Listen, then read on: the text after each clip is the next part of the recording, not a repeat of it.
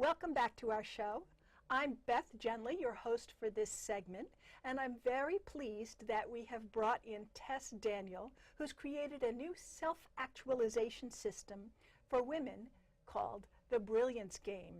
Thank you for joining us, Tess Daniel. It's a pleasure to be here. Thank you for having me. I'm glad you're here. And tell us, what is the Brilliance Game? I love that name. Thank you. It's a new game of life for women who want to live out their creative potential. And I've been working with women for almost 20 years.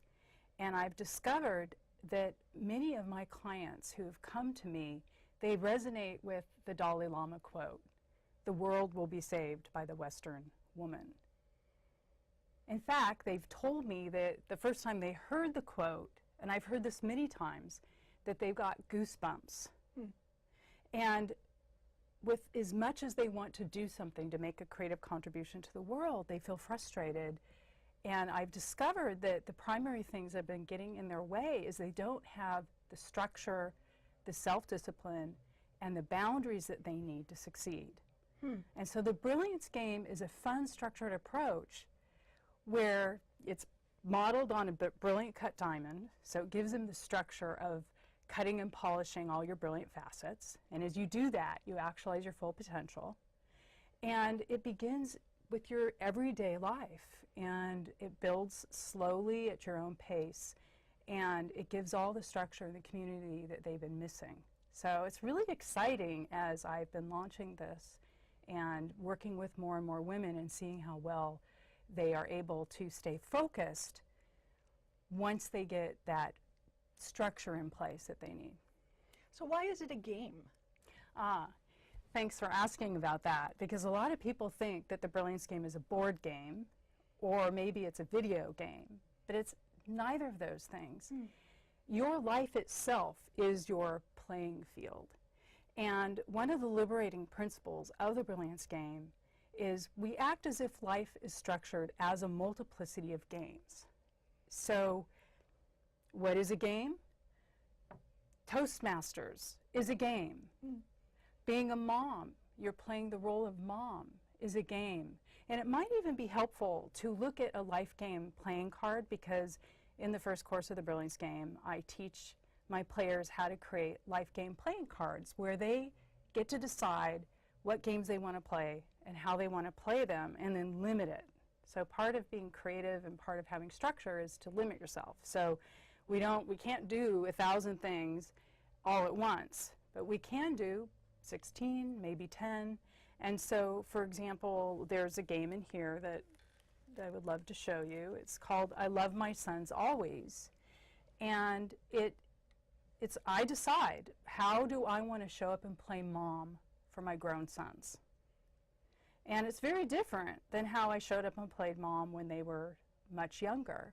And I just decide, how am I going to do it? And I write it out. And then I create visuals that go with it, and hopefully some stretch visuals. And then I know exactly how I want to play, and I don't feel this pressure from society to do all these things that I can't do. And I can feel really good about how I'm playing. And you can create a life game playing card for anything that you're doing. Anytime you're in a role, any activity that you're involved in, it could be volunteer or work, you can create a life game playing card for that. And that also helps you set boundaries. So I'm imagining how you would use this card now that you've made it. And certainly the word that you used before of focus seems really important. So how does having this card help me focus? How does it help me create boundaries? If I've made a list of, I don't know, would you call it the rules of my game? Yes. Okay. What's in and what's out. So I talked earlier about boundaries and how chaotic, well, I didn't mention, but life can get really chaotic when you don't have boundaries. Tell me about it. Women are conditioned that they're supposed to show up and be of service all the time and be helpful, and many of us love to do that. But then what about us, and when is there time for us? And you know a lot about that with your specialization and helping to prevent burnout. So for example, if you were to create a game that would help you prevent burnout, you would then give it a name, a yummy name that you love, okay? how you show up for yourself, or how you care for yourself, or how you prevent yourself from burning out. And then you would create a bunch of points that would say what you do, and you might even put in there what you don't do. And so really, it's just a matter of deciding what you say yes to, what you say no to, and creating a way of showing up for that part of your life. In this case, it's probably a lot of self-care for you, right? Sure. Wouldn't it be? That's a big part of it, yeah. Yeah, and for all the different things that you would choose to do. And you make it simple and doable. And you know, the game progresses where you also do some habit development, and there's creative projects, and you also learn how to create, since this is for women who want to take an idea and turn it into reality, they go through a creative process to do that also. And that builds. But I found that if we start with our everyday life and we put it in order so we can manage it well, and we can feel good about how we're showing up every day in the roles that we're playing, we can carve out time for those amazing projects that we want to do. Whether it be writing a book, or inventing something, or bringing something new into your workplace that maybe you didn't have time to do. It could be starting a business, whatever you feel inspired to do. And once you get your life in order, and you know what you're doing and what you're not doing, there's much more time for that. I'm interested also in the question of, you know, I said at the beginning you made a self-actualization system. Yes. And I actually don't know what self-actualization means. So if you could talk a little bit more about what that is, I'd love to know. It's when you take what's within you and you develop it fully, and who you are inside becomes fully expressed in the world. And so in the Brilliance game, it's modeled on a brilliant cut diamond, and the object of the game is to cut and polish all of your brilliant facets. And the first section is on your everyday life, but as you go deeper into it, you identify what your credo is, what your values are, what you choose, how you choose to live your life. You also get really clear about what your talents are. And for many women, some of their most important talents aren't even developed. And so you create talent development games. I have a couple in here. And you also get really clear about what your mission is, what your vision is, and what your core flaw is. That flaw that if you don't tend to it, it could turn tragic and prevent you from living out your full potential. And so you start with your surface life, and then you go deep into your inner life and get really clear about who you are, and then you bring yourself into the world. And it culminates with your brilliant gifts, like what is your unique gift to bring to the world, and ultimately how to leave that behind so that it outlasts you, that you can leave it as a legacy to help shape culture. Wow. I just love this. I love many facets of it. Starting with the idea of facets, because certainly in my own life I've been a mom, and I've been a wife, and I've had several different careers, and I have hobbies that I do just for fun, and I have a self-care game that could use a little tuning, frankly. Yes. So that's often the most challenging game, is a self-care game. So the idea that, you know, you've talked about having your one mission or your one focus, but it really sounds like as you turn the diamond, different parts of it come into focus. Is that fair to say?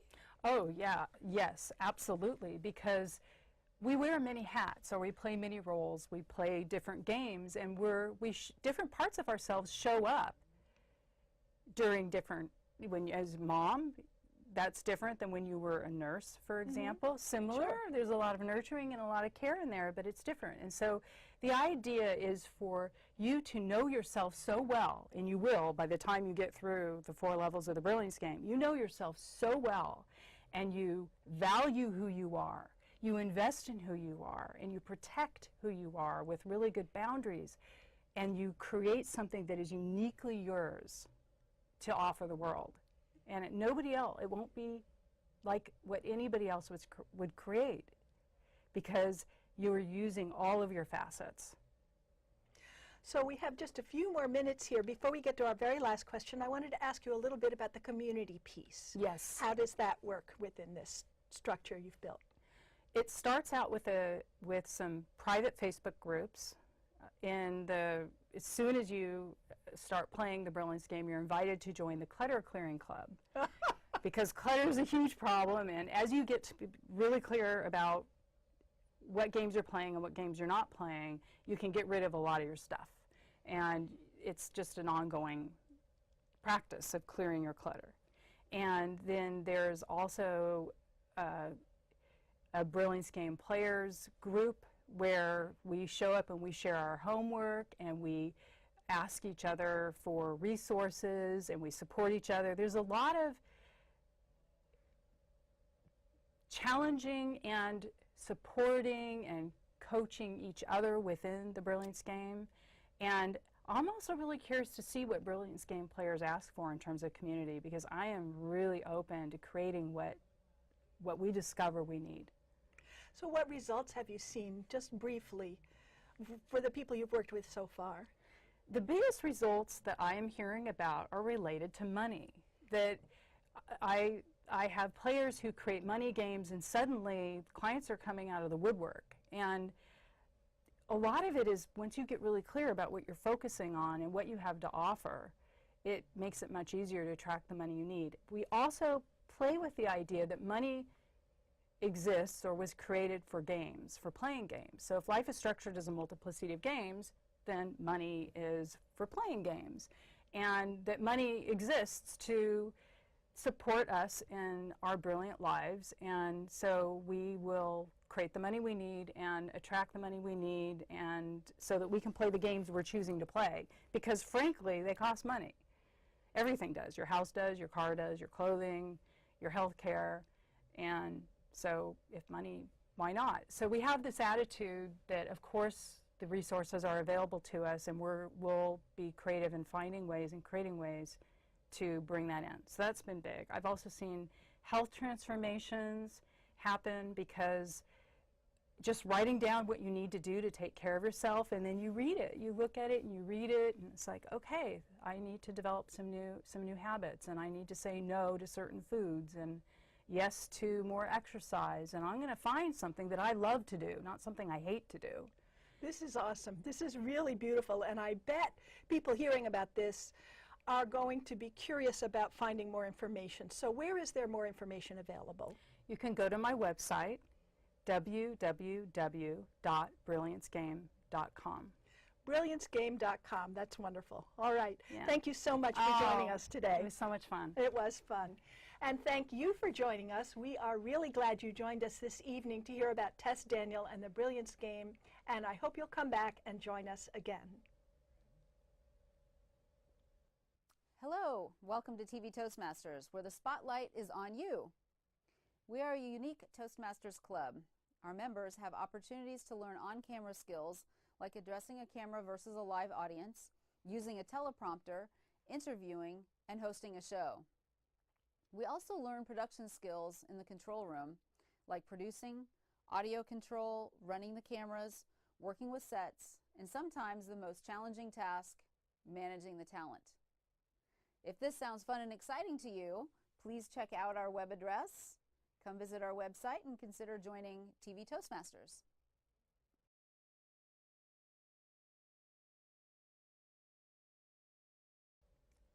Welcome once again to our program. I'm Erik Bergman. I'm with We Toasted Toastmasters in Lake Oswego, and tonight my guest is another member of We Toasted.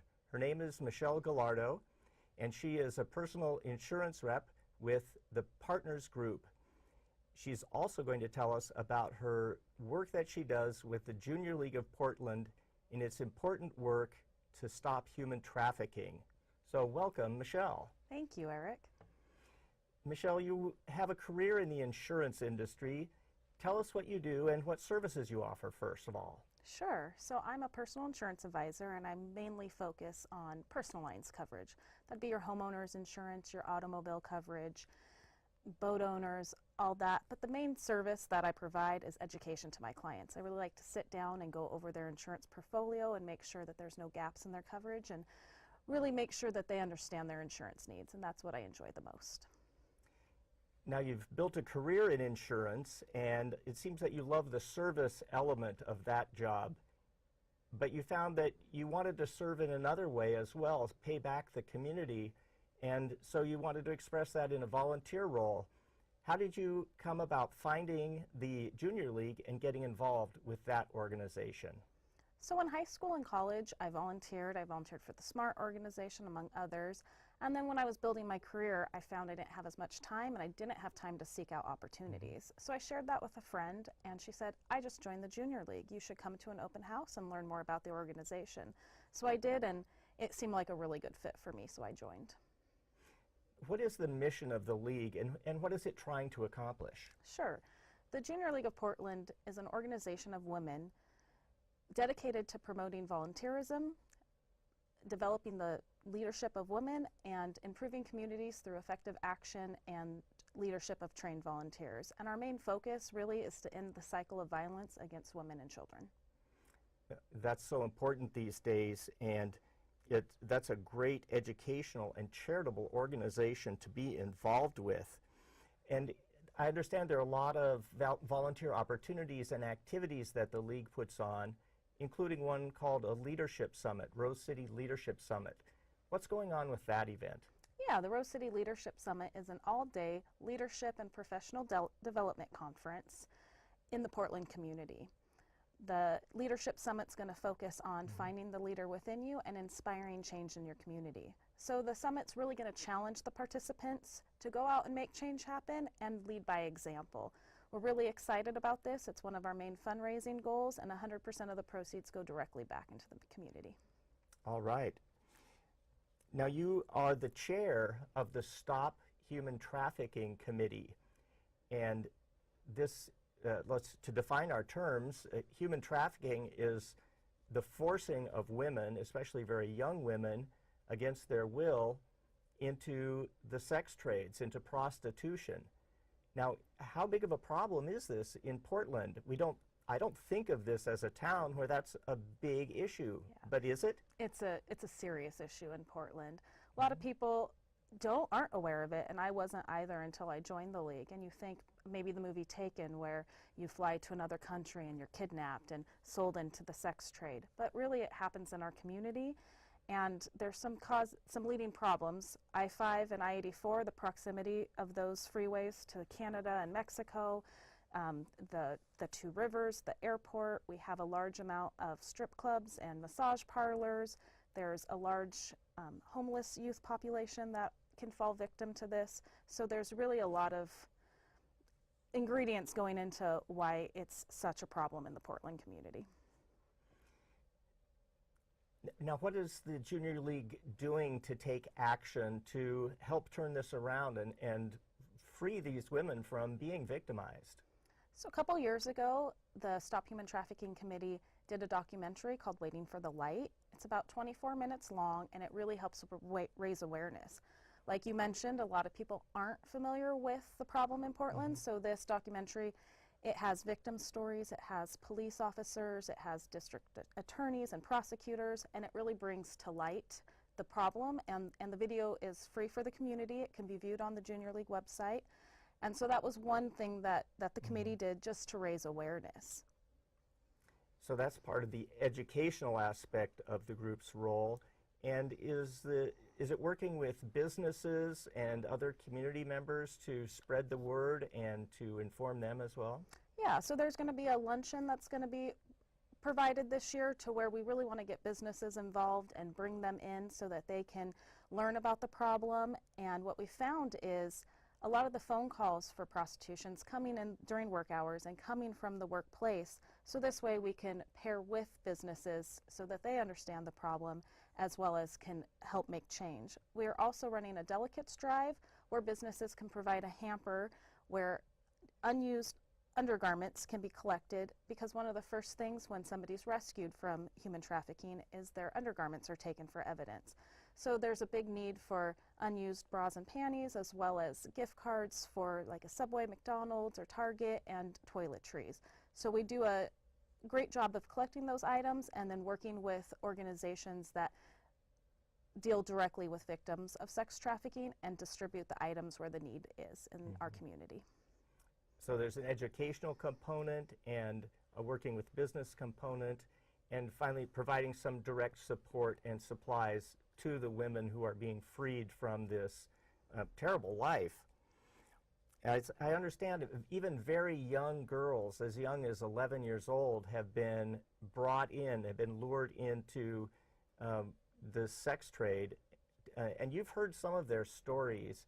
How have their stories affected you? What can you share about that? Sure, it is true. They target girls in the age range of 11 to 14, so they're targeted very young, and to where they can be manipulated into the sex trade, or it's somebody that maybe is homeless and they don't have any other avenues. And it does impact me deeply. I didn't realize that this happened in our own community. There's things that have happened in Beaverton, Tualatin. It's not just in Portland, it's in the surrounding cities. It's happening everywhere. And it you know, it hurts you in the gut of your stomach. It really, and so the only way to fight that is to do something about it. I didn't like how it made me feel, so I wanted to get more involved, and that's why I decided to take a leadership role on this committee so that I can promote change. We'll keep up your good work. Thank you. And what are some of the other activities or ways that women could get involved with the League? Sure. Just like there's the Stop Human Trafficking Committee, there's also an End Domestic Violence Committee. There's training and development committees that put on trainings for the women, so that sometimes the women in the League train other women. There's accountants and finance and how to buy your first home. I've taken classes on earthquake preparedness or self-defense, how to host a good party. So there's always something for everybody. There's committees that work on providing social opportunities for women. There's committees that work on fundraising, things like the Gingerbread Jamboree or the Rose City Summit. So there's kind of a committee for everybody, depending what your skill level is and your interests are. You can find something that would make you happy in the League. Are women with all different levels of skills and all types of skills welcome here? Definitely. We find that there's a place for everyone, whether you're a go-getter and a natural-born leader that wants to lead a committee or plan an event, or if you're somebody that wants more of a backseat role but you can get stuff done in the background, there's really an opportunity for everyone. That's great. It's all about empowerment and bringing people up with you, it sounds like. What kind of skills do the members gain when they participate? You can gain a myriad of skills. You can work to become on the management or board, so if you ever have interest in serving on a board, then the Junior League's perfect because you can have an opportunity to do that. You learn to work with others in a group setting. You definitely learn leadership skills, speaking skills. So as your time in the League grows, you can get involved in different committees, working with nonprofits. So there's a lot of skills that can be attained by being a member in the League. Some of those skills like speaking and leadership, that sounds very familiar to those of us who are in Toastmasters. Have you applied your Toastmasters skills within the League, and has that worked for you? I definitely have. So as the chair of the Stop Human Trafficking Committee, every month I lead a group of 13 other women, and I'm running the meeting. So my Toastmasters skills has definitely helped me. And then on occasion, I'll have to speak to the entire organization. It's 597 active members currently. Not that they all come to every meeting, but sometimes you're speaking to a large group. So Toastmasters has definitely helped me with my skill set in public speaking. What has the involvement in the League brought to you personally? What have you gained from it yourself? You know, I've just gained a different perspective on the community. I've gained leadership, I've gained an awareness of the problems that affect our community, and it's really made me want to become a speaker to what's going on. If I'm asked what I do in the League, I talk about the problem with the human sex trafficking in Portland, and sometimes people are taken aback, but I found I have now a passion for spreading the message and inspiring others to create change as well. Very good. Yes, please stay as an effective spokesperson on all the causes that matter to you. Say if there's a one word or phrase that would sum up to you what the Junior League is about, what is that? You know, the one thing that comes to mind is power. It's a league made up of powerful women, and when we get together, we can move mountains. So that would be my one word is power. So you can apply that power against the many problems facing the community here. Correct. That's so great. Well, to summarize here and to wrap it up, we've heard about the sex trafficking and the need to stop it, and the committee you're working on with the Junior League. Where is there more information about the league? To find more information, the website is www.jlpdx.org. Great. That's the homepage of the Junior League of Portland website. Thank you so much, Michelle Gallardo, for being with us and for sharing this information. And I hope that wish you the best of luck with all your efforts and in your efforts to empower women and to end the victimization of women here in Portland. Thank you for being here. Thank you, Eric. That's all for this segment. We hope you join us again another time. This is Erik Bergman. Good night. I joined Toastmasters to improve my speaking, listening, communication, and leadership skills. Toastmasters gave me incredible confidence. Confidence. confidence, Great listening skills. Poise. Great leadership skills. leadership skills, The ability to speak in public. strength, A captive audience. Quality feedback from the more experienced Toastmasters. Toastmasters really helped me improve my listening skills. sales skills, opportunities to go to different groups and widen my whole horizon. Toastmasters has given me a better, a more focused me, and I'm a much better listener. Toastmasters is fulfilling. It's a great place to fail your way to success. wonderful way to meet people, Networking. strength. It's addictive. It's a club of self-improvement. It's an experience, it's a ride that you won't forget, and you'll enjoy it every step of the way. Toastmasters helped me land a kick-butt job. I sang at one of my table topic speeches, and people liked it and applauded. My business is doing great, and I'm very, very grateful to Toastmasters. It's been a great experience for me. Thank you, Toastmasters. Thank you, Toastmasters. Thank you, Toastmasters, for giving me so much confidence. Thank you, Toastmasters, for everything.